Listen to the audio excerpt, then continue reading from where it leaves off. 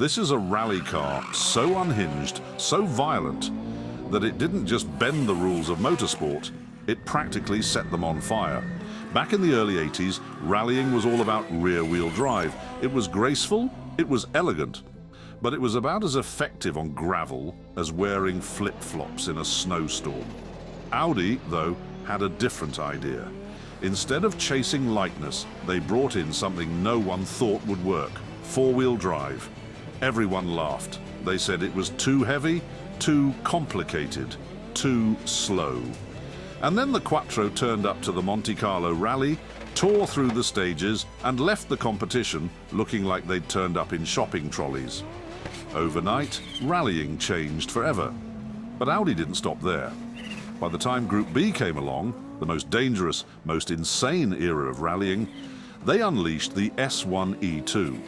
It looked less like a car and more like a rolling science experiment. Enormous wings sprouted from every corner, trying desperately to glue it to the road.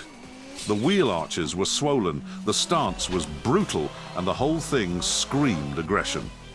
Underneath sat a 2.1-litre turbocharged 5-cylinder engine that made around 500 horsepower, though insiders whispered it could be tuned to well over 600, in a car that weighed less than a ton.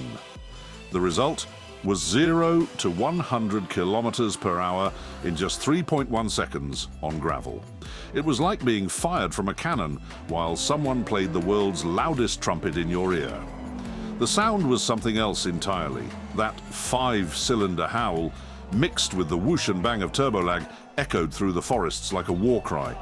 Fans stood inches from the road, showered in dust and stones as the S1 came screaming past at full tilt. Driving it, terrifying. The wheelbase was tiny.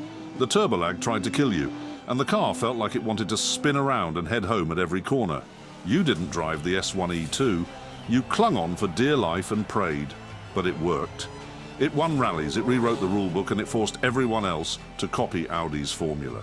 The Quattro S1 E2 wasn't just fast. It was absurd, it was brilliant, and it was completely out of its mind.